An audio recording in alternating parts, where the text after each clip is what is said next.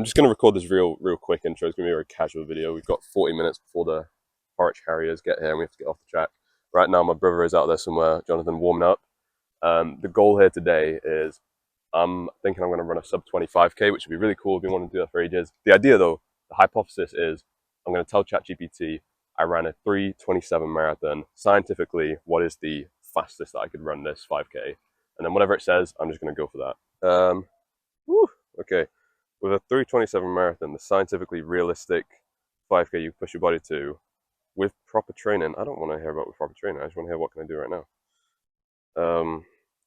Right now with zero extra training, just showing up fresh, tapered, and motivated. I got one of those three things. Your current realistic 5k capability, 1945 to 2030. It's gonna be tight. It's gonna be a tight one. But yeah, we got to get going soon. So I'm just gonna warm up a little bit. I'm gonna quickly take a gel, even though I think this really has no benefit because this is more like once your carb stores are depleted. But I feel like psychologically it's gonna make me feel a little faster. I just need to quickly make a playlist for this. We'll call it sub 20. That'll be the playlist. And we will add a few songs. 22 minutes. So hopefully I run a bit faster than the music. Okay, I'm just going to narrate a little bit what happened here because the video footage, as you can see, is pretty bad. So I just want you to understand what's going on. We'll try and keep this quick. Now, setting off, I felt so nervous. This was something, I think running a sub 25k is a bucket list item for most runners, and it was for me, so I felt pretty nervous. I was running with my brother, Jonathan. If I didn't mention who that is, that's my brother, Jonathan, and he's very fast, and I thought, just a bit of extra pressure there. So all the conditions lined up, and it felt like all the pressure was there, just had to deliver. First few laps, we put in the split times on the screen.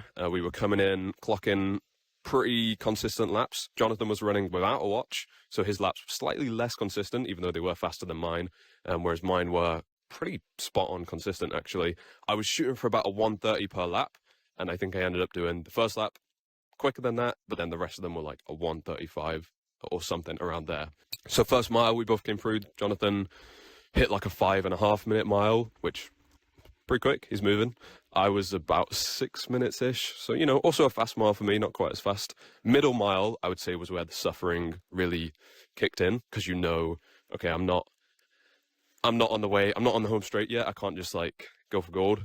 And you've lost a bit of that freshness from when you started. So I definitely slowed down the most. There are days as a runner where you feel really strong. There are days where you don't feel strong at all. The day that we ran this race was not one of those at all.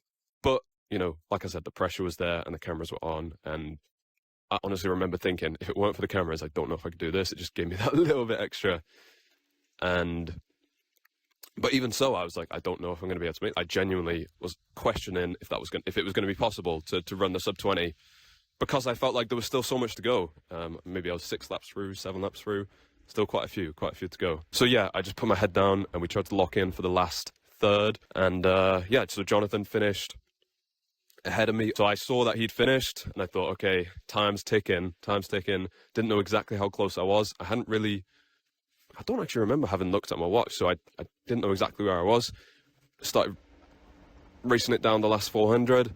This was actually, I think, the only 400 split where I ran a faster split than Jonathan. So I'll take that. Did I do it? That's the important thing. Did I hit my sub 20? Was ChatGPT right? Because that was the other thing in my head was I was like, it did actually work a little bit, that whole scientific approach to it. Because in my head I was thinking, yeah, this feels really hard and it feels like I can't do this, but I should be able to. Scientifically, I should be able to. So was ChatGPT right? Well, I'm very happy to say that in this case, ChatGPT was right, and I did actually manage to do a sub 20. We hit, I think, 19:22, I want to say. We'll put the actual numbers up on the screen.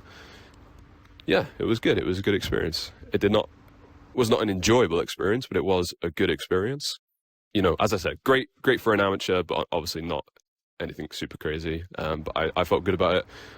My biggest tips was I think my biggest improvement just didn't even come from training for a 5k. I wasn't training for 5k. I wasn't training for speed. I'd just done a marathon a month prior, and so I'd been doing a lot of mileage and distance work. And you know what they say, run far to run fast? I don't think they actually say that. Run slow to run fast, but also run far to run fast, or something like that. And I think adding those slow, long miles and just distance really did help. It's easy to get super into the details of your training and be really scientific about it. And I do like doing that, but I do think as a good rule of thumb, if you're trying to get better at running, just remember, like, run a lot, usually slow, sometimes very hard. And I think if you just follow those like key rules, you will just get faster. But yeah, it was just good fun, and happy to have done it. Like, we should have an outro, but I don't really know what it is. Yeah. I guess if you like this kind of content, subscribe. Also, the link in the bio. The link in the bio will take you to an email list where you can get emails from us about like self-improvement and stuff like this. I just thought this would be an interesting video. Basically, it's very fits with the theme of what we want to do, what counts, which is looking to the science of self-improvement and mental, physical fitness, but also the science. And I don't think I'm making sense, but that was kind of the idea. Was like, okay, scientifically, what can I do? And then I'm obviously going to set off and I'm going to feel rubbish, but I can just tell myself in my head, well, scientifically, I should be capable of doing this. And that did help, to be fair. Like I said, neither me nor Jonathan were feeling at all up for this today.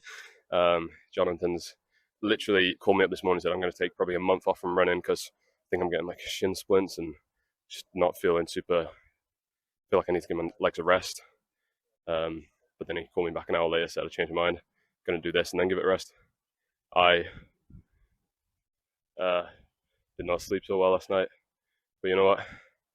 Came here, made it happen. I'd like to thank all the fans.